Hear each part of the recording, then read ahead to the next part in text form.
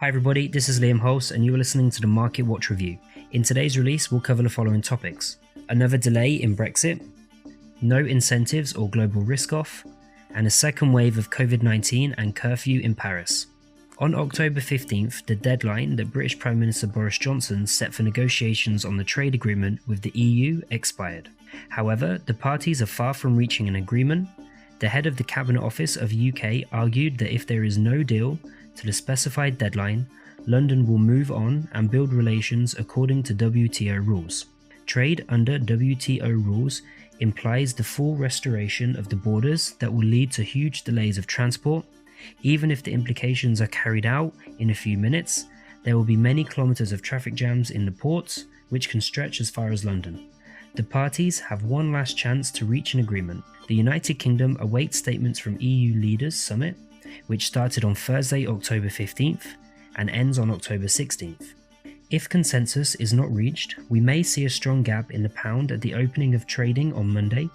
However, in any case, the transition period has very little time left to exist. It ends on December 31st, 2020.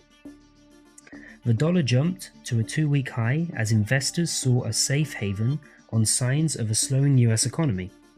A new fiscal stimulus is now unlikely until the US election date. All macroeconomic indicators this week are against the dollar. The number of Americans receiving unemployment benefits is growing again. Almost 900,000 new applicants were added, indicating that the labour market recovery is slowing down. And this upsets not only Jerome Powell, but also the US dollar. Also, negative to the markets was added data on the manufacturing activity in New York, which fell more than expected.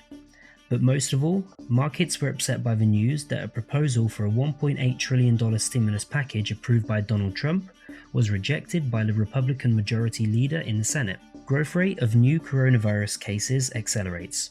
In the last 24 hours, the number of newly detected cases of COVID-19 has been updated to a maximum of 399,000 against 381,000 the day before.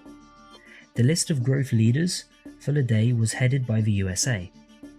The situation continues to deteriorate, which seems to have already started to affect the country's labour market.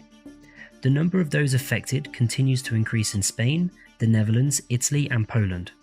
Governments of some European countries do not rule out the introduction of repeated lockdowns on the horizon of the next 2 weeks. France reached a record high of 30,000 cases yesterday. French President Emmanuel Macron announced the introduction of a night curfew in the Île-de-France region where Paris is located, and in 8 other cities of the country in connection with the acceleration of the speed of the coronavirus.